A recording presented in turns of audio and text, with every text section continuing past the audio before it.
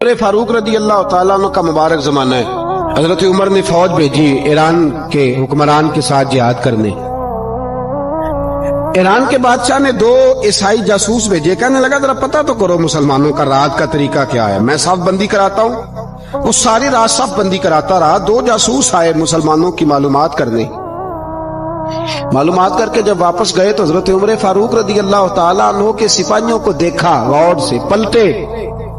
بادشاہ کہنے لگا کیا حال دیکھ کے آئے ہو؟ کہنے لگا سارے مسلح پہ بیٹھے ہوئے، جتنے گھنٹے ہم وہاں رہے ہیں مجاہدین مسلح پہ رہے ہیں، یوں لگتا ہے جیسے ان کا دنیا داری سے کوئی تعلق۔ اور کہنے لگے بادشاہ کوئی ایسی طاقت ہے جس کو وہ بلا رہے تھے، کوئی ایسی قوت ہے جس کو وہ پکار رہے تھے، ہمیں بھی وہاں کھڑے ہو کے محسوس ہوتا تھا کہ ہاں کوئی ہے جو آ جائے گا ان کی مدد کے لیے، کوئی ہے جو پہنچے گا ان کی مدد کرے گا۔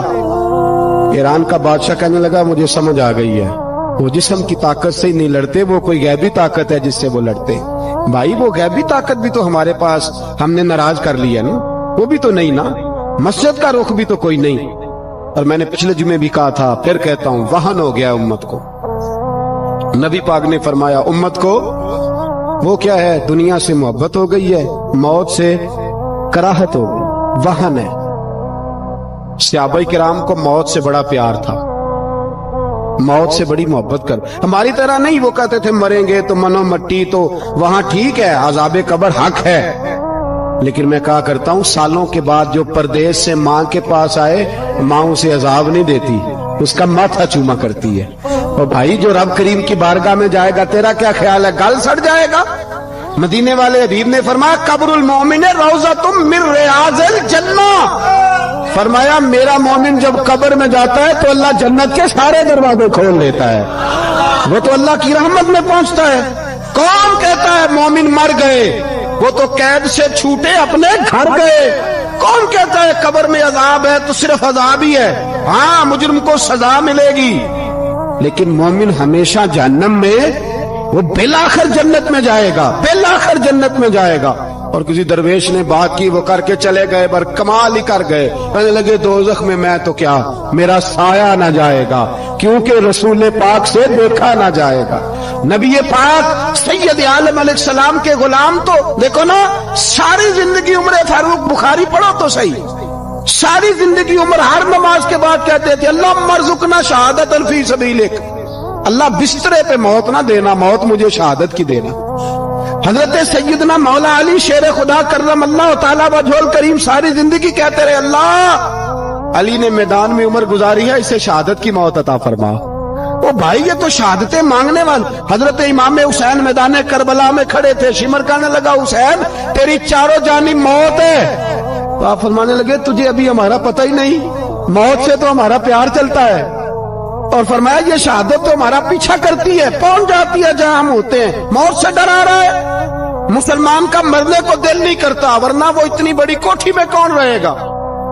مرنے کو دل اس لیے نہیں کرتا کہ وہ جو 6 کروڑ 10 کروڑ ڈالر لوٹ کے رکھے، مر گئے تو کھائے گا کون؟ وہ فقیر فاقہ مست تھے، ان کا گھر ہی کوئی نہیں تھا، ان کے بینک بیلنس ہی کوئی نہیں تھے، وہ کہتے تھے گھر ہمارا ہے وہ جو ہمارے رب نے تیار کیا ہوا ہے، ہمارا بینک بیلنس ہے وہ جو ہمیں جنت میں جا کے ملے گا، ان کا تو یہ کھاتا ہی کوئی نہیں تھا، اس لیے وہ شہادت کی۔ حضرت عمر بن جموع رضی اللہ تعالیٰ عنہ میدان احد میں 4 بیٹے لے کے آئے، کتنے بیٹے بول کے بتائے؟ 4 بیٹے لے کے عمر بن جموع آئے، اور خود ایک ٹانگ سے لنگڑے سے آپی ہے، ٹانگ چھوٹی ہے، حضور کے سامنے کھڑے ہوئے کہا محبوبہ میرے 4 ہی تھے، میں 4 لے آیا ہوں، قبول کر لے۔ تو حضور نے فرمایا تو کیوں تلوار اوڑے آیا ہے، یہ تو نے کیوں گلے میں اسلحہ ڈالا ہوا ہے؟ کہا یا رسول اللہ میں نے بھی تو جانا ہے نا۔ تو حضور نے فرمایا 4 بیٹے جو ہیں۔ تو حضرت عمر بن جموع نے بات کی، صحابہ کہتے ہیں ہم لبوں سے مسکرا رہے تھے، آنکھوں سے رو رہے تھے، کیا عجیب انداز ہے۔ حضور نے فرمایا عمر 4 بیٹے جو آ گئے تو رہنے دے۔ حضرت عمر رو پڑے، کہنے لگے محبوبہ کیا لنگڑے جنت میں نہیں جائیں گے؟ کیا حضور میں لنگڑا ہوں تو میرے لیے جنت کوئی نہیں؟ میرے حبیب پاک سید عالم صلی اللہ علیہ وسلم نے فرمایا عمر تو ضرور جنت میں جائے گا۔ کہا محبوبہ پھر بچے بعد میں جائیں گے، میں پہلے میدان میں جاؤں گا۔ ایک بی بی 4 بیٹے لے کے آئی احد میں، کہا محبوبہ کل کمائی تھی میں لے آئی ہوں، میرے پاس کوئی اور شے ہوتی تو میں بچا کے نہ رکھتی.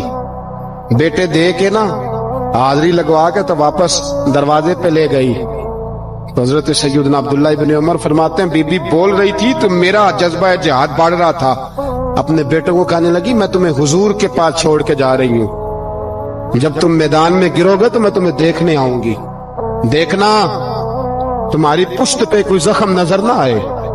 جتنے تیر کھانے ہوئے سینے پہ کھانا, جتنے تلواروں کے نیزوں کے زخم برداشت کرنے ہوئے یہاں کھانا, پشت پہ زخم نظر نہ آئے. حضرت عبداللہ ابن عمر فرماتے ہو بی بی کی گفتگو میرا جذبہ جہاد بڑھا رہی تھی. ایک بی بی 3 سال کا 4 سال کا بیٹا لیے رو رہی ہے, احد کا دن ہے. سہیلیاں پوچھتی ہیں تو کیوں روتی ہے؟ وہ کہتی ہے دیکھو میرا خامد بھی بدر میں شہید ہو گیا, بھائی اور باپ بھی.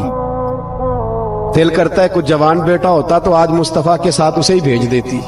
کوئی جوان میرے پاس ہے ہی 3 سال کا تو کیا کروں, 3-4 سال کا بچہ کیا کرے گا؟ پتہ نہیں کیا دلیل آئی. اچانک اٹھی, بیٹے کو سینے سے لگایا, کپڑا ڈالا, مسجد نبوی پہنچ گئی. حضرت بلال کہتے ہیں مجھے ملی. کہنے لگی بلال مجھے پتہ ہے حضور تیاری کرا رہے ہیں جنگ کی, پر 2 منٹ اگر میری ملاقات ہو جائے. بلال حبشی کہنے لگے حضور ہم ایک بی بی ضد کر رہی ہے. حضور باہر آئے, کہنے لگی حضور میں فلاں کی بیٹی, فلاں کی بہن, فلاں کی بیوہ ہوں. میں نے بدر میں 3 شہید دیے ہیں. اب میرے پاس یہ 3 سال کا لال ہی بچا ہے. بڑا فخر ہے میرا. لوگ مجھے شہید کی بیوہ, شہید کی بیٹی, شہید کی بہن کرتے. دل کرتا ہے شہید کی اماں بھی کہیں جاؤں تو میرا بیٹا لے لے. سیدنا بلال کہتے ہیں حضور مسکرائے, کہنے لگے یہ 3 سال کا نونہال کیا کرے گا؟ کہتے ہیں اماں کا عجیب جذبہ ہے. کہنے لگی محبوبہ سنا ہے اسلحہ بھی تھوڑا ہی ہے, ڈھالیں زیادہ کوئی نہیں, میرا بیٹا ساتھ رکھ لیں. جب آپ کی طرف کوئی تیر آیا نا تو میرا بیٹا ڈھال کے اس کو ڈھال بنا کے آگے کر دینا. محبوبہ ڈھال تو بانی سکتا ہے نا. حضرت بلال فرماتے ہیں مصطفیٰ کریم نے فرمایا جا میں نے قبول کیا.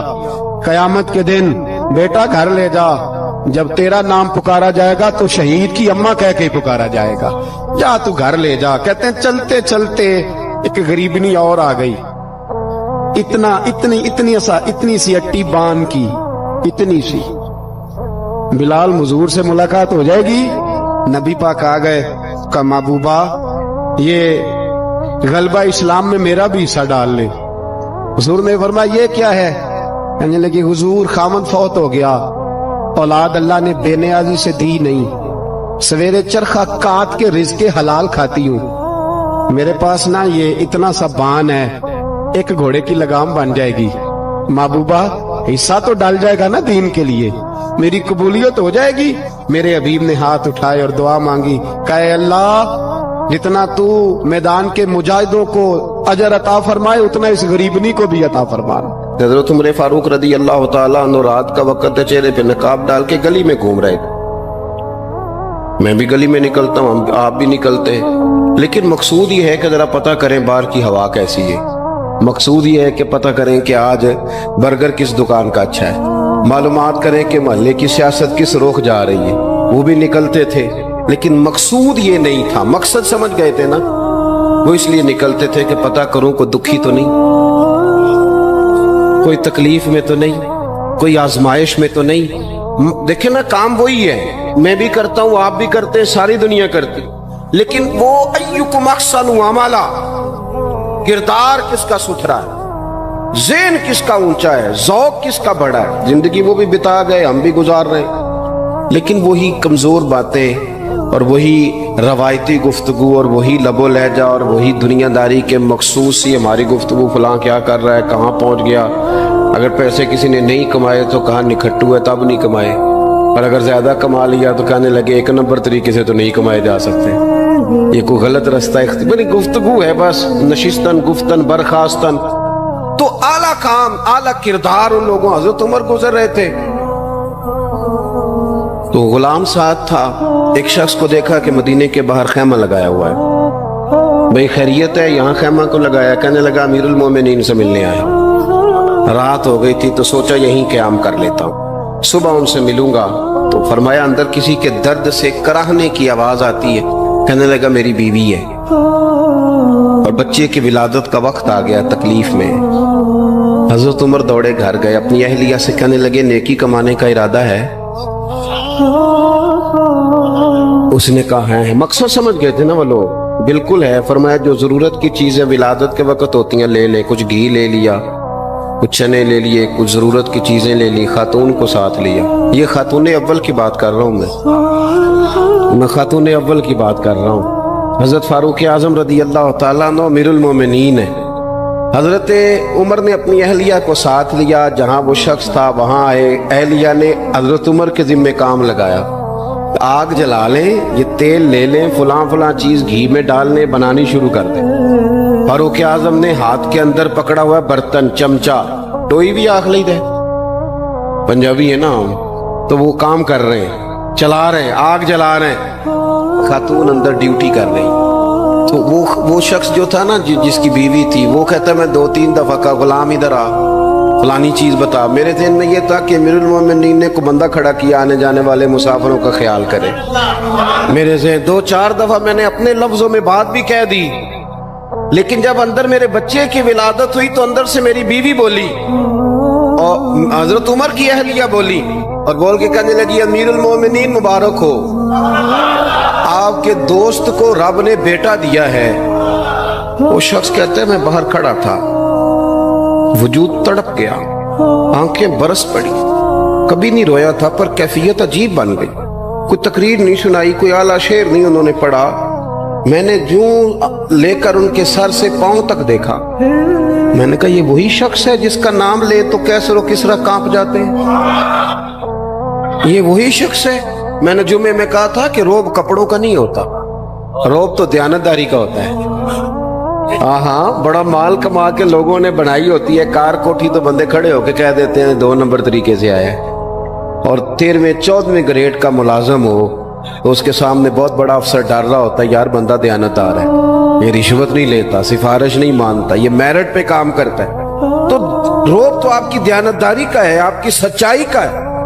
اپنی زندگی میں جو لوگ مقصد سمجھ گئے، مقاصد پا گئے، کچھ کر گئے، ہم ذرا الجھ گئے ہیں۔ پہلے اتنا شاندار مکان بناتے ہیں، پھر مرنے کو کس کا دل چاہے؟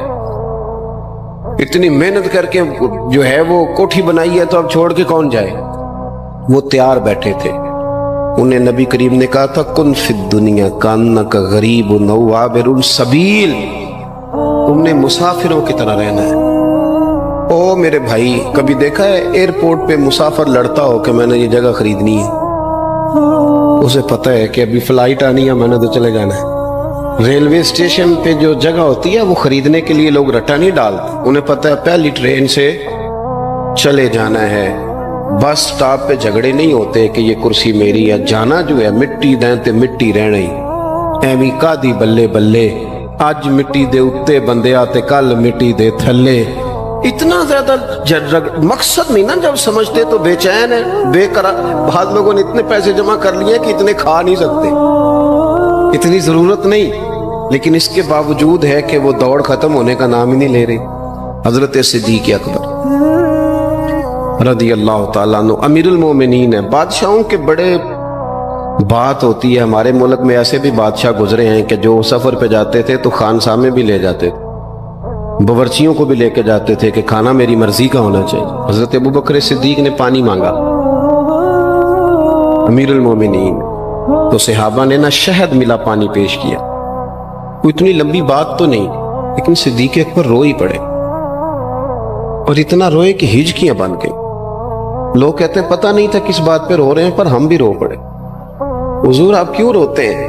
تو آپ فرمانے لگے یار مجھے آسانیوں میں مبتلا کرنے لگے ہو، مجھے ان دنیا کی لذات میں الجھانے لگے ہو۔ میں حضور کی بارگاہ میں بیٹھا تھا، اللہ کے رسول فرما رہے تھے پیچھے ہٹ جا، پیچھے ہٹ جا، پیچھے ہٹ جا۔ میں نے پوچھا حضور آپ کس کو کہہ رہے ہیں؟ حضور فرمانے لگے دنیا میرے پاس آئی تھی، وہ قریب کرنا چاہتی تھی مجھے، تو میں نے اسے کہا پیچھے ہٹ جا، میرے نیڑے نہ آنا، دور ہٹ جا۔ وہ ہٹ تو گئی ہے پر جاتی دفعہ کہہ گئی ہے سونیا آپ تو بچ گئے ہیں، پر آپ کے بعد والے کیسے بچے؟ تو مجھے سینے سے لگا لے، گلے سے لگا لے، مقصد اپنا سمجھے، اعمال کا حسن پیدا کرے، اگر انسان کا مقصود مال کمانا ہے تو اگر مال مل گیا تو اس کے بعد پھر کیا کرے گا؟ کسی نے طے کر لیا تھا کہ بہت بڑی گاڑی اور بہت بڑا بنگلہ مجھے چاہیے، تو وہ بنگلہ اسے مل گیا، گاڑی آ گئی۔ اب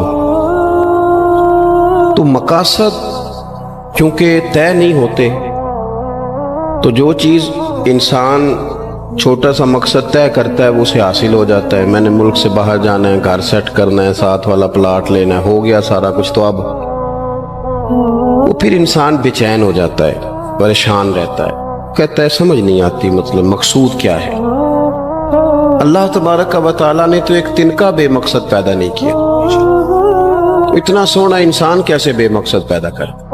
تو رب کریم نے ہمیں بتایا کہ مقصد تو تمہارا ہے، مقصد ہے الذی خلق الموت والحیات لیبلوکم ایکم احسن عملا۔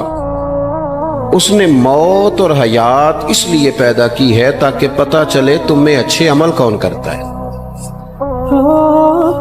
تم کس قدر زیادہ اپنے رب کی عبادت کرتے ہو، کس قدر زیادہ حسن اخلاق کا مظاہرہ کرتے ہو، کس قدر زیادہ لوگوں کی خدمت کرتے ہو، کس قدر زیادہ تم دین کی تبلیغ میں، اشاعت میں، ابلاغ میں، ترویج میں کردار ادا کرتے ہو۔ با مقصد تمہیں بنایا، با مقصد اچھا ترین عمل تم میں سے کون کرتا ہے، اس لیے موت اور حیات پیدا کی تھی کہ تم نے ستھرے سے ستھرے اعمال، بہتر سے بہتر کردار، اعلیٰ سے اعلیٰ تمہارا انداز زندگی۔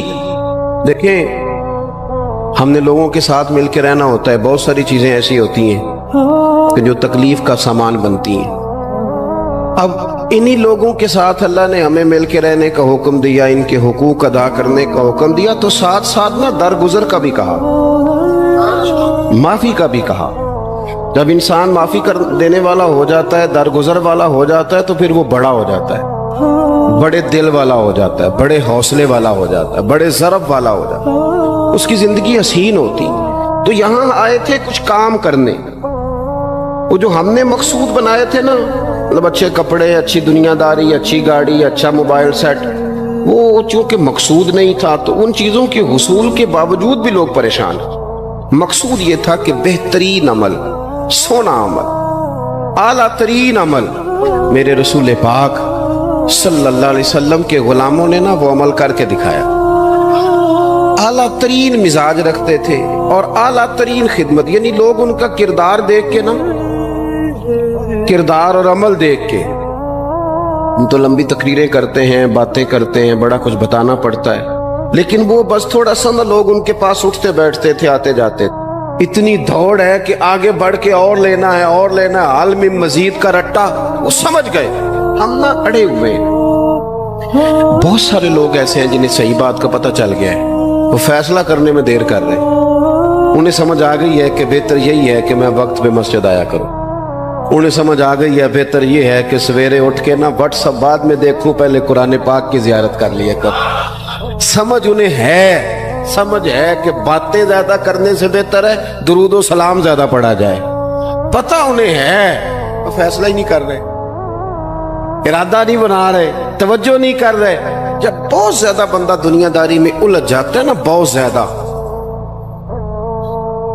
آسانیاں تو بندے کو جینے نہیں دیتی۔ پہلے انسان کہتا ہے کہ موٹر سائیکل ہو جائے نا تو چلو سفر آسان ہوگا، پھر موٹر سائیکل کہتا ہے ٹائر 2 ہیں، 4 ٹائروں والی ہونا، چلو مہران ہی ہو جائے خیر ہے، لیکن مہران میں بیٹھتے ہی اسے خیال آتا ہے کہ اس کی تو سیٹیں تنگ ہیں، پھر اس سے بڑی گاڑی چاہیے۔ یہ روز دوڑ ہے، 5 فقیروں کسے نہیں ماریا، اے ہوئی چور اندر دا، یہ دوڑ ہے، یہ ختم۔ حضرت ابوبکر صدیق رضی اللہ تعالیٰ عنہ امیر تھے، ہمیں تو نا جی ایک سے ایک کھانا، اور آج یہ نہیں کھانا، آج میری مرضی کا کھانا، یہ میری مرضی کا، یہ میرے بچے کی مرضی کا، یہ فلانے کی مرضی کا، وہ خواہشات کا انبار۔ اور نفس بچے کی طرح ہوتا ہے، خواہش پوری کرو تو فوراً ہی دوسری بھی بتا دیتا ہے، دوسری پوری کرو تو تیسری کی بھی خبر دے دیتا ہے۔ ہم نا چونکہ الجھ جاتے ہیں، پھر وہ الجھاؤ ہمیں باہر نہیں نکلنے دیتا۔ اگر تھوڑا تھوڑا کر کے، میرا مطلب یہ ہے کہ زندہ رہنے کے لیے روٹی کھانی ہے نا، مثلا روٹی کا لطف کتنی دیر ہوتا ہے، جتنی دیر منہ میں چباتے ہیں، اس کے بعد ختم۔ تو کپڑا تو پہننا تھا بدن چھپانے کے لیے، اس میں وہ کدھر سے آ گئی ساری کہانیاں جو آج بن گئی. اور اتنے میں نے عجیب و غریب نظام دیکھا ہے کہ نوجوان ہے، اچھا بھلا سیانا آدمی، کپڑے اس نے تازے سلوائے ہیں اور 99 لوگوں نے کہا ہے صحیح لگ رہا ہے، تو صرف ایک نے کہا نہیں ٹھیک لگ رہا. وہ پریشان ہو جاتا ہے، کہتے بھی اس کا کچھ کرو. کیوں؟ اس لیے کہ یہی سارا مقصود سمجھ لیا ہے، کپڑے پہننا، اسی میں الجھ جانا. میں اکثر دوستوں سے کہتا ہوں، میں خود کسی دوسرے کی بات نہیں کرتا، بہت زیادہ عمر نہیں میری، میں خود جایا کرتا تھا. شادی کوئی آ گئی تو 2-3 دن پہلے ابا جی کہتے تھے پرانے جوتے کچھ گنڈوا لا، کچھ پالش کرا لا، توڑے میں ڈال کے جانا موچی کے پاس، اس نے کچھ سیٹ کر دینے. اب کہاں رہ گیا جی یہ کام؟ چھٹی نہیں ہو گئی. اب کون سا ایسا سلسلہ ہے؟ وہ جو کہیں سے کپڑا تھوڑا پھٹ جاتا تھا نا تو اماں اس کو اس طرح پیوند کراتی تھی کہ ڈیزائن بھی بن جاتا تھا اور کام بھی چل جاتا. کدھر گیا وہ دور؟ لیکن تکلیف دیکھ لیں آج پہلے سے زیادہ ہے، لڑائی پہلے سے زیادہ ہے، آزمائش پہلے سے زیادہ ہے. کیوں؟ جتنی بھی خواہشات آپ بڑھاتے جائیں گے نا مقصد فوت ہوتا جائے گا. جتنی بھی مقصود سفر کرنا ہے، گاڑی دکھانا تو مقصود نہیں نا، لیکن ہمیں وہ والی گاڑی چاہیے کہ لوگ ایک دفعہ انگلی منہ میں ڈالیں کہ وہ اس گاڑی پہ بیٹھا ہوا ہے. ہم مقصد سے پیچھے ہٹیں گے جب پھر تکلیف میں آئیں گے، پھر آزمائش. زندگی میں ہم نے جو چیزیں مینج کی ہیں وہ ساری دوسروں کے لیے، ہمارے لیے کوئی شے بھی نہیں. ولیمے پہ گئے تاکہ برادری راضی ہو جائے، تعزیت کے لیے گئے تاکہ محلہ راضی ہو جائے، فلانا کام کیا تاکہ لوگ جو ہیں وہ میرے حق میں ہو جائیں. ساری زندگی دوسروں کے لیے جی کے گزار دی، اور آپ نے 99 نیکیاں کی، ایک خامی آئی تو لوگ تو وہ تھے جو پھر بگڑ گئے. بہتر نہیں بندہ رب کو ہی راضی کرے. واللہ ورسولہ احق ان یرضوہ، اللہ اور اس کے رسول کا زیادہ حق ہے کہ انہیں راضی کیا جائے، ان کا زیادہ حق. اپنی زندگی میں معاملات کو ترتیب دیں، ایک مخصوص ذہن بنائیں. اتنا سویرے قرآن شریف پڑھنا ہے، اتنا درود پاک، اور یہ راز ہو ہمارا اور ہمارے رب کا، یہ راز ہو. اتنی دیر مصلی پہ بیٹھنا ہے. میرے ایک دوست ہیں ڈاکٹر صاحب، میں بیٹھا تھا تو وہ ایک شخص کو کہہ رہے تھے تیرے دل میں کچھ باتیں ہیں نکال دے تاکہ تیری ٹینشن ریلیز ہو جائے، تیری صحت ٹھیک ہو جائے گی. تو بندہ کہہ رہا تھا اچھا ٹھیک ہے ڈاکٹر صاحب. تو میں نے کہا کہ اگر آپ اجازت دیں تو ایک بات میں بھی کر لوں. انہوں نے کہا آپ بھی کر لیں. تو میں نے کہا ڈاکٹر صاحب کچھ دکھ بڑے ذاتی اور نجی ہوتے ہیں، بندہ کسی کے سامنے کہہ ہی نہیں سکتا، بڑے ذاتی قسم کے ہوتے ہیں. وہ آپ کسی کے سامنے جتنا مرضی کوئی قریبی ہو، وہ بندے کی اپنی اندر کی کچھ ایسی تکلیفیں ہوتی ہیں اندر کی. آزم گنڈاں دے وچ گنڈاں 10 کیڑی کھولا، بڑے مسئلے ہوتے ہیں، آپ کیسے بیان کر سکتے ہیں؟ سوال ہی نہیں پیدا ہوتا. تو کہنے لگا پیر صاحب حال تو ہوگا نا. میں نے کہا بالکل ہے. ہمیں ہمارے دین نے دعا سکھائی ہے، جو کسی سے نہیں کہہ سکتے وہ اپنے رب سے کہہ دو، اللہ کے حضور عرض کر دو، کشکول طلب دراز کر کے کہہ دو مالک یہاں پریشان ہوں. وہ بڑا کریم ہے، عطا بھی کرے گا اور پردہ پوشی بھی فرمائے گا. اپنے اللہ کے ساتھ اپنا تعلق مضبوط کریں، اپنی زندگی میں حسن اعمال کا پیدا کریں. اعمال کا، کہانیوں کا نہیں، باتوں کا نہیں، تصویروں کا نہیں، نئی سے نئی پکچر کا نہیں، اعمال کا. اور خوبصورت ترین طریقہ ہو. دیکھیں نا مشکل سے بھی تو نماز پڑھنی ہے نا. سویرے ابا بڑے غصے میں تھے تو پھر مجھے اٹھنا ہی پڑا، تو اس طرح بھی تو پڑھنی ہے. تو اگر بندہ ذوق سے اٹھے اور ذرا سونا کر کے وضو کرے اور ذرا صحیح کر کے مصلی بچھائے اور سجدہ کرے تو ذرا ذوق سے کرے. مجھے سوز دے، مجھے ساز دے، مجھے نیم شب کا نیاز دے، دم سجدہ خود کو میں توڑ دوں، مجھے ایسا ذوق نماز دے. اس ذوق کے ساتھ آگے بڑھے. مقاصد جب بندہ سمجھ جاتا ہے نا، مقاصد، پھر اس کے لیے آسانی ہوتی ہے. میں نے عرض کیا تھا زیادہ باتیں نہیں کرنی، مقصود تو ایک پیغام دینا ہے. اب ہم نے جانے والوں کے لیے کیا کرنا ہے؟ ایک تو یہ کہ اپنا مقصد ٹھیک کرنا ہے کہ جو رخصت ہو گئے اپنے بزرگوں کو نا یاد رکھے. اصل کام ہے ان کو کھول کے بتائیے. سال کے بعد ختم بڑی اچھی بات ہے، سسماہی ششماہی سیماہی سب ٹھیک ہے، ان کو یاد رکھیں.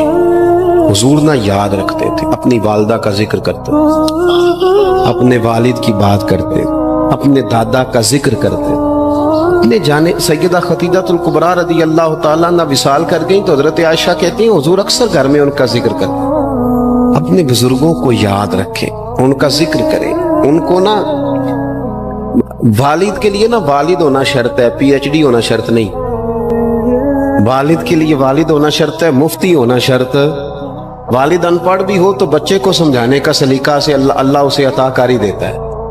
ماں بالکل ان پڑھ بھی ہو تو بچوں کو سمجھانے کا طریقہ اللہ اسے ان سے سیکھے۔ میرے والدہ اور والدہ دونوں اپنا نام نہیں لکھ سکتے تھے، تو میں اپنے دوستوں سے کہتا ہوں مجھے کبھی موقع ملے تو میں کئی جلدوں میں کتاب لکھ سکتا ہوں اپنے ماں باپ، اس لیے کہ وہ جو ہمیں سکھا گئے، جو بتا گئے، وہ انہی کا خاصہ تھا۔ تو اپنے والد، ایک تو جانے والوں کو یاد رکھیں، دوسرا ان کے لیے دعا کریں تو درد سے کریں، سونی کر کے کریں، صحیح کر کے کریں، اکیلے بیٹھ کے کریں۔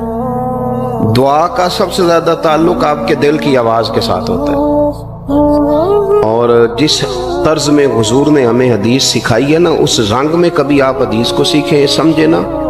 حضور فرماتے ہیں جس طرح دریا میں ڈوبنے والا سہارا تلاش کرتا، دریا میں اسے کتنی کو جلدی ہوتی ہے، غوطے لگ رہے ہوتے ہیں، وہ اس طرح کا نہیں ہوتا کہ میں عصر کی نماز کے بعد پھر آؤں گا تجھے نکالنے، اس طرح تو نہیں نہ ہوتا۔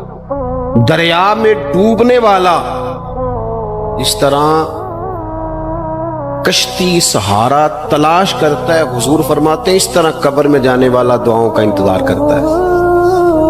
آپ نے دیر کر دی دعا مانگنے میں، ختم دلانے میں دیر کر دی، خود صبح و شام ہمہ وقت دعا۔ ابھی آپ آیتیں سن رہے تھے سورہ ابراہیم کی، اللہ نے نماز میں رکھ دی، ربنا اغفر لی وَلِوَالِدَيَّ وَلِلْمُؤْمِنِينَ يَوْمَ يَقُومُ الْحِسَابُ۔ ایک تو نے یاد رکھیں، خوب دعا کریں، اور دوسرا کوشش کریں کہ وہ جو نیکیاں کرتے تھے وہ نیکیاں بھی جاری رہیں، جن لوگوں سے ان کا اچھا تعلق تھا وہ تعلق بھی قائم رہے۔ یہ بھی کوشش کریں کہ ان کے لیے صدقات و خیرات کریں، اور قیمتی صدقہ دیں۔ قیمتی، میں بات ختم کرنے لگا ہوں، بس قیمتی صدقہ دیں، قیمتی۔ 15 تولے سونا گھر میں پڑا ہوتا ہے، قیمتی ہوتا ہے نا۔ کبھی کسی نے چوک میں بتایا کہ آج 15 تولے سونا میرے گھر میں پڑا ہے؟ بولو نا، لگتا ہے تو 10 چھڑنا ہے۔ اگر گھر میں 50 لاکھ روپے کیش پڑا ہو تو چوک میں گلی میں آ کے آپ بات کریں کہ گھر میں پیسے پڑے ہیں، کیوں کہ وہ قیمتی ہیں، کوئی لے نہ لے۔ تو یہ جو 5000 مسجد دیکھ کے سارے محلے کو بتاتے ہو یہ بھی صدقہ تھا، یہ بڑا قیمتی چیز تھی، یہ بتانے والا نہیں تھا، یہ تو نیکی تو قیمتی تھی۔ قیمتی چیز جو ہوتی ہے وہ تو چھپائی جاتی ہے کہ بتائی جاتی ہے۔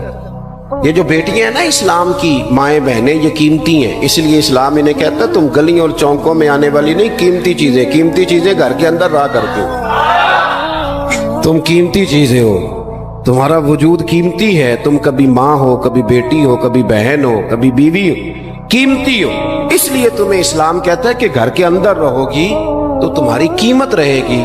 کچھ چیزیں ایسی ہیں جو چوکوں میں گلیوں میں پھیل جائے تو ان کی قیمت نہیں رہتی، اس لیے تمہیں کہا جاتا ہے کہ گھر میں رہو۔ یہ جو تمہیں چوکوں میں لاتے ہیں یہ تمہیں بے وقت کرنا چاہتے ہیں، بے قیمت کرنا چاہتے ہیں۔ انسان تھوڑی دیر کے لیے، اگر تھوڑی دیر کے لیے غور کرے تو بڑے بڑے جانور انسان سے بڑے طاقتور ہیں، لیکن اللہ نے ان کی نکیل انسان کے ہاتھ میں تھما دی۔ اتنا بڑا جہاز ہے، ٹنوں وزن لے کے چل رہا ہے، انسان کے بس کی بات نہیں کہ وہ کئی لوگ لگ کے بھی اس کو اٹھا سکے، لیکن اللہ نے اس کے قبضہ و اختیار میں کر دیا ہے۔ فرمایا هو الذی خلق لکم ما فی الارض جمیعا، زمین میں جو کچھ ہے سارا تیرے لیے بنایا ہے، آسمان میں جو ہے سارا تیرے لیے بنایا ہے۔ وما خلقت الجن والانس الا لیعبدون، فرمایا کل کائنات میں نے تیرے لیے بنائی ہے اور تجھے میں نے اپنی عبادت کے لیے پیدا فرمایا ہے۔ تو جنوں اور انسانوں کو اللہ نے اپنی عبادت کے لیے تخلیق فرمایا۔ مقصد زندگی، مقصد تخلیق، دنیا میں آنے کا مقصد اولی اور مقصد آخری اللہ کی عبادت، اللہ کی معرفت، اللہ کی طرف توجہ، اللہ کی طرف رجوع، یہی ایک مقصد تھا انسان کے آنے کا۔ اسی کو قرآن نے بیان کیا تھا۔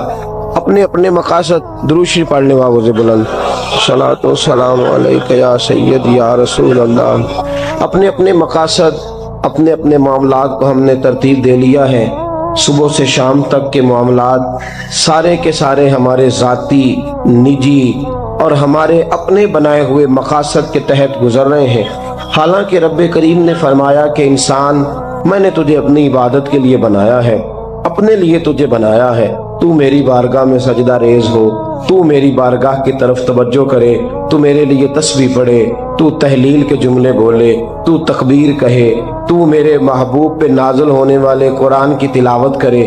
تجھے تو اس لیے بنایا تھا۔ عبادت کا معنی یاد رکھیے گا، عبادت کا معنی فقط نماز پڑھنا نہیں،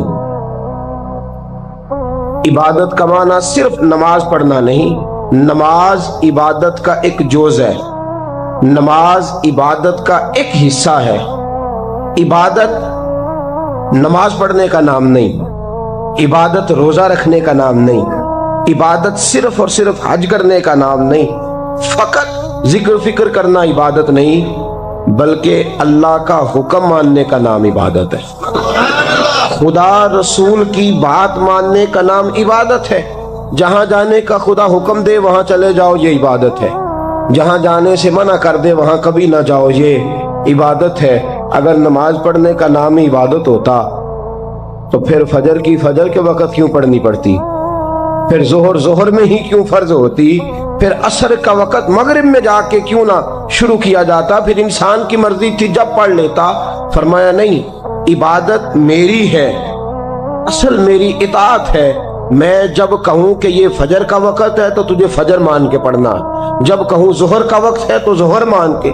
ہم نے عبادت کو مخصوص کر دیا، مسجد میں چلے جانا، نفل پڑھ لینا، کچھ دیر قرآن شریف پڑھ لینا، کچھ دیر اللہ کی عبادت کر لینا، کچھ دیر ذکر اذکار کر لینا، اس کا نام عبادت ہے۔ اور باہر نکل کے بے شک جھوٹ بولے، باہر نکل کے بے شک غیبت کرے، باہر نکلے اور کم تولے، باہر نکلے اور اپنی من مرضی کرے، تو یہ عبادت نہیں۔ اس لیے کہ ہم اس خدا کے ماننے والے ہیں جو صرف مسجد میں نہیں ہوتا، بلکہ جلوہ تیری ذات کا کو بکو ہے، میں جدھر دیکھتا ہوں ادھر تو ہی تو ہے۔ ہمارا خدا صرف مسجد میں نہیں ہے، اللہ ہر جگہ ہے۔ جے میں تینوں اندر جانا پھر مقید جانا، جے میں تینوں باہر سمجھا اندر کون سمانا، اندر بھی تویں باہر بھی تویں وچ بلا کون نمانا۔ اصل بات یہ ہے کہ جب خدا ہر جگہ ہے تو اللہ تبارک و تعالیٰ کا حکم ہر جگہ ماننا ہے، ہر جگہ اطاعت کرنی ہے، ہر لحاظ سے۔ رب کی بات ماننے کا نام عبادت ہے، اللہ کی، اس کے رسول الپاک صلی اللہ علیہ وسلم کی بات ماننے کا نام، توجہ ہے آپ کی میری بات پہ؟ عبادت کا مفہوم سمجھیے گا، عبادت کا مفہوم سمجھیے گا۔ ہمارا وہ دین نہیں جو پنڈتوں، جوگیوں، راہبوں کا مذہب ہے کہ جنگلوں میں نکل جاؤ، تسبیح لے لو، میں کھٹکتا ہوں دل عالم میں کانٹے کی طرح اور تو فقط اللہ اللہ اللہ۔ یہ مذہب نہیں۔ ہمارا دین کہتا ہے مسجد میں بیٹھ کے جو ذکر کرے گا اسے بھی ثواب ملے گا، اور جو محنت کر کے کما کے بچوں کو کھلائے گا اسے بھی ثواب ملے گا۔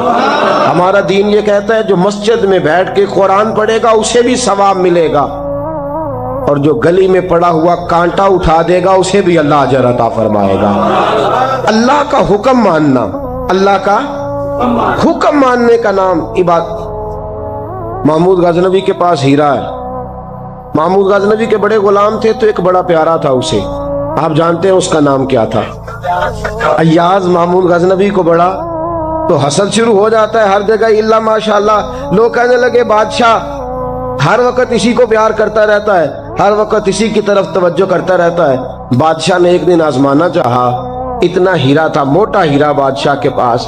بادشاہ نے ایک وزیر صاحب کو بلایا، کہا یہ اینٹ پکڑو، ہیرے پہ مارو، اسے توڑ دو۔ کہنے لگا بادشاہ بات تیری ٹھیک ہے پر بڑا قیمتی ہیرا ہے، کیوں تڑوا رہے ہیں آپ؟ مال خزانہ میں رکھ دیں، کام آئے گا، کسی نہ کسی جگہ پہ استعمال ہو جائے گا، آپ کیوں اس کو تڑوانے کی ضد کر رہے ہیں؟ بادشاہ سلامت نے کہا اچھا تم نے ٹھیک مشورہ دیا، میں ہی جذبات میں آ گیا تھا۔ ایک دوسرے آدمی کو بلایا، اس کو کہا یہ ہیرا توڑنا ہے۔ اس نے کہا بادشاہ مجھے لگتا ہے پوری دنیا میں اتنا موٹا ہیرا تیرے پاس ہے، کسی اور کے پاس نہیں ہوگا۔ یہ توڑنے کی چیز نہیں، تجوری میں سنبھالنے کی چیز ہے، اسے سنبھال کے رکھ۔ تیسرے کو بلایا، چوتھے کو بلایا، جس کو بھی بلاتا رہا وہ بادشاہ کو سمجھاتا رہا۔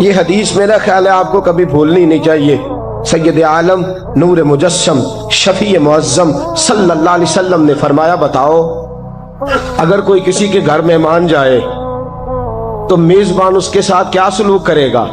تو صحابہ کہنے لگا یا رسول اللہ جتنا میزبان اچھا ہوگا اتنا ہی اچھا سلوک کرے گا، جتنا وہ اعلیٰ ہوگا اتنا ہی اعلیٰ سلوک کرے گا، جتنا وہ عرفہ ہوگا اتنی ہی اس کی بات بھی بڑی ہوگی. نبی پاک صلی اللہ علیہ وسلم نے فرمایا جو مسجد جاتا ہے وہ اللہ کا مہمان ہے، جو مسجد جاتا ہے وہ اللہ کا مہمان ہے. فرمایا میزبان کے ذمے ہے کہ مہمان کے اوپر رحمت کرے، کرم کرے. فرمایا جب تو مسجد جاتا ہے تو خدا بھی رحمتوں کے دروازے کھول دیتا ہے، اللہ تیرے لیے فضل کے دروازے کھول دیتا ہے. نبی پاک صلی اللہ تعالی علیہ وسلم نے فرمایا جب تو اپنے گھر سے مسجد جانے کے لیے ابھی نکلتا ہے، ابھی تو گیا نہیں، ابھی تو نکلا ہے، فرمایا تو نے سیدھا پیر اٹھایا ہے تو تیرا ایک درجہ بلند ہو گیا ہے، تو نے الٹا قدم اٹھایا ہے تو تیرا ایک گناہ معاف ہو گیا ہے، پھر تو نے سیدھا قدم اٹھایا ہے تو تیرا ایک درجہ بلند ہو گیا. اپنی اپنی طبیعت ہے نا. حضور نے حدیث سنائی، حضرت سیدنا اسید بن حضیر رضی اللہ تعالیٰ عنہ دیہاتی آدمی تھے، مسجد نبوی سے دور گھر تھا، مسجد آنے جانے کے لیے گدھا رکھا ہوا تھا، گدھے پہ بیٹھ کے مسجد آتے تھے، نماز پڑھ کے اسی پہ بیٹھ کے لوٹ جاتے تھے. جس دن حضور نے فرمایا نا ایک قدم پہ ایک گناہ معاف ہوتا ہے، ایک قدم پہ ایک نیکی ملتی ہے، گدھا گھاری چھوڑا ہے. صحابہ کہنے لگے یار دور کا تیرا سفر ہے، تو آرام سے گدھے پہ آ جا. کہنے لگے کیوں؟ میں کیوں گدھے پہ آؤں؟ میں تو روز پیدل آؤں گا، تم سب کے تھوڑے تھوڑے گناہ معاف ہوں گے، تھوڑے تھوڑے درجے بلند ہوگے. میں نے چونکہ دور سے آنا ہے، اللہ میرے زیادہ گناہ معاف فرمائے گا، میرے زیادہ درجے بلند فرمائے گا، میرے اوپر زیادہ کرم نوازی فرمائے گا. جو مسجد کی طرف چل کے آیا ایک ایک قدم پر اللہ اس کے درجے بلند کرے گا، ایک ایک قدم پہ اللہ اس کے گناہ معاف کرے گا. قرآن مجید کی طلب ہے، معانی مفاہیم سمجھنے کا ذوق ہو. میرا رب میرے لیے کیا فرماتا ہے پر جان نہ سمجھ. یہ سورہ فاتحہ ہے نا، سورہ فاتحہ اللہ کا فضل ہے مسلمانوں کے بچوں بچے بچے بچے کی زبان پر جاری ہو جائے. اللہ کے پیارے حبیب صلی اللہ علیہ وسلم نے فرمایا یہ ذرا اس کا مزہ لیجیے. حضور فرماتے رب فرماتا یہ سورہ فاتحہ آدھی میرے بندے کی آدھی میری ہے، آپ کو بھی اس کا ذائقہ لینا ہو. یہ میرے اور میرے بندے کے درمیان ہے، تقسیم ہے، کیا بلا سورہ ہے یہ اس کا مزہ لینا. آج کے بعد یہ بندے کے درمیان اللہ کے درمیان تقسیم ہے، وہ کریم ہے نا، اپنے فضل سے کہہ رہے تقسیم ہے. کیسے؟ بندہ کہتا ہے الحمدللہ رب العالمین الرحمن الرحیم مالک یوم الدین ایاک نعبد و ایاک نستعین. یہ اس نے اپنے رب کی حمد کی، اللہ کی تعریف کی، اللہ سے استعانت کا سوال کیا، اپنی ساری عبادتیں نیاز مندیاں اس کے حضور پیش کر کے نا اب بندہ اپنا حصہ اپنے مالک سے طلب کرتا کہتا ہے میرے الصراط المستقیم. دنیا میں سب سے زیادہ تکلیف میں وہ بندہ ہوتا ہے جو الجھا ہوا ہوتا ہے. اب میں ساری باتیں کیسے آپ کو سمجھاؤں گا؟ تو بھائی ساری بندے کے پاس میں اس کے موجود ہو، تاکہ بڑا اونچا ہو، ران بڑا پیارا ہو، لیکن اگر اس کی پشت پر کرتے پہ لکھا ہو کسی کو ملے تو فلان ریسر موجود شعور ہی نہ ہو، اس کے پاس ذہنی استعمال بھی نہ ہو، اور اس کے بعد کروڑوں روپیہ پہ ہو تو کس کا ہوگا؟ ہدایت کا نور، شعور کی زندگی اتنی بڑی نعمت ہے. میں نے تھوڑی سی دنیا دیکھی ہے کہ ایسی آدمی ہے دنیاوی طور اور کئی ممالک میں بزنس کرتا ہے اور اس کی کمپنی کئی ملکوں میں جانی پہچانی جاتی ہے، لیکن ہدایت کا رستہ اس طرح بات ہے کہ جب وہ اپنی کل کی تسکین کے لیے پیاس کو لگنے کے لیے کھڑا ہوتا ہے تو بت کے سامنے کھڑا ہوتا ہے.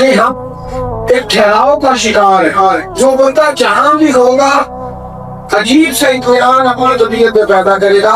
شرط یہ ہے کہ وہ قرآن پاک کا طالب علم. قرآن مجید ہر شخص کو اس کے مقام پر قرار عطا فرمائے. تو آج میں تلاوت یہ کہ اس پر آتا ہوں اور اپنی بات میں سمیٹتا ہوں. ہمارے ہاتھوں میں اسلام کی جو سب سے بڑی صداقت موجود ہے وہ قرآن مجید، اور ہمارے پاس اس وقت نبی کریم علیہ السلام کا جو سب سے بڑا معجزہ ہمارے ہاتھوں میں موجود ہے وہ بھی قرآن مجید ہے. عرب کے لوگ کہتے تھے آپ اپنے پاس سے آزاد بنا چلا. چیلنج دیا قرآن کا، وَإِن كُنتُمْ فِي رَيْبٍ مِّمَّا نَزَّلْنَا عَلَىٰ عَبْدِنَا فَأْتُوا بِسُورَةٍ مِّن مِّثْلِهِ وَادْعُوا شُهَدَاءَكُم مِّن دُونِ اللَّهِ إِن كُنتُمْ صَادِقِينَ. اگر تمہیں اس میں کوئی شک ہے جو ہم نے اپنے بندہ خاص پہ نازل کیا ہے تو اس جیسی ایک آیت تو بنا کے لاؤ. اور ایک بندے کا چیلنج نہیں، سارے کافر اکٹھے ہو گئے، سب اپنے حمایتیوں کو ایک جگہ. لمبی بات نہیں، صرف ایک آئے پوری سمجھ آئی یادوں میں خواہ. نوجوانوں سنو، اتنی بڑی دلیل، کیا وہ شعر و ادب سے واقف نہیں تھے؟ کیا اس وقت جو لوگ عرب کے مسئلے والے تھے وہ الفاظ کے غم و درد سے، حروف کے توڑنے اور جوڑنے سے آگاہ نہیں تھے؟ وہ تو دوسروں کو عجمی کہتے تھے. فصاحت و بلاغت کا دعویٰ تھا بہت بڑا. لیکن قرآن مجید کے مقابلے کی ایک آیت حاصل ہے. بڑی خوبصورت بات لکھی ہے یہاں حکیم الامت مفتی احمد جاگران صاحب رحمۃ اللہ کی، بڑی کمال ہے. مفتی صاحب رحمۃ اللہ نے فرماتے ہیں بندہ جتنی مرضی بڑی چیز بنا لے وہ نہیں بنا سکتا جو آپ نے بنایا. اللہ کی دی ہوئی عقل سے بندے جو مرضی بنا لے وہ نہیں بنا سکتے. ٹرین بڑی ہوتی ہے کہ چھوٹی؟ ٹرین ہی بڑی ہوتی ہے. یہ بھی آپ کو بتانا پڑے. ٹرین بڑی ہوتی ہے کہ لوگوں نے ٹرین بنانے کا چیونٹی نہیں بنا سکتا. اس لیے جو اللہ نے بنایا ہے وہ بندے بنا سکتے ہیں. جگنے کی روشنی زیادہ ہے اس ٹیوب لائٹ کی زیادہ ہے. ٹیوب لائٹ بندوں نے بنا لیا، جگنوں کوئی نہیں بنا. اس لیے کہ جو رب کی تخلیق ہے بندے اس کا مقابلہ کر سکتے ہیں، وہ یہ اس کا مقابلہ کر سکتے ہیں، وہ اللہ کی شان. تو فرمایا تم ایک آیت لاؤ، لیکن وہ لا سکے کیوں نہیں لا سکے؟ خود ہی تو قرآن میں کہہ دیا فَإِن لَمْ تَفْعَلُوا، اگر نہ لا سکے وَلَن تَفْعَلُوا، ہرگز لا بھی نہیں سکے. تم لا سکتے بھی چلو ساتھ سے جس کا انجن آگے پتہ ہے کافروں کے لیے بنائی گئی ہے. تم نہیں مقابلہ کر سکتے قرآن مجید کا. آپ رات کے پڑے دنیا میں علی کون بنا کرتا ہے؟ آج بھی پڑے. لیکن ہم غیر نصابی سرگرمیاں میں کرتے ہیں 100% 10. پورا ڈپلوما کرنے کے بعد فوراً نوکری مل جاتی ہے. کہتے چل پریکٹیکل کر دیں گے. پھر جب جاب کے لیے ہم لیٹر دیں گے تو 2-4-5 لوگوں کی سی وی دیں گے نا، بلکہ 2 والا لیٹر کیا ہے جس کا ایکسپیرینس لیٹر ذرا بڑا ہو، تجربہ ذرا زیادہ ہو. تو بھئی آپ جتنا نصاب پڑھتے ہیں اس کے بعد بھی آپ کو پڑھنے کی ضرورت ہے، تجربے کی ضرورت ہے. ایک بات کو سمجھیے گا، آپ 5 کتابیں بھی لگائے پہلی کلاس سے لے جا 10ویں کا، تو 50 کتابیں پڑھ لی ہے تو ایک قرآن مجید کیوں نہیں پڑھ سکے؟ اس کے مفاہیم پر غور کیوں نہیں کیا؟ آپ توجہ کریں، آپ غور فرمائیں، اسے پڑھیں. کنز الایمان شریف رکھیں گھر میں، آپ آیات کو دیکھیں. اس بات کی سمجھ نہیں آتی یاد ہے اس کے حساب سے سوچے کہ اپنے علاقے میں دیوالی کا جہاں سے ہم لوگ وابستہ وہاں سے اس کی تفصیلات میں صرف تھوڑی مہربانی کریں. پہلے بھی میں نے کہا تھا، پھر کہتا ہوں ہمارے دیسی لوگ بڑے عجیب بہانے کرتے ہیں. پاک میری طرح کے کہتے ہیں عمر زیادہ ہو گئی ہے، زبان موٹی ہو گئی، آپ کہاں سیکھیں گے؟ تو میں کہتا ہوں موبائل تو سامنے سیکھ لی ہے. کسی نے نہیں کہا جناب ہے واٹس ایپ میسج کروں گا، ہاں تو ہو گئی ہے. آپ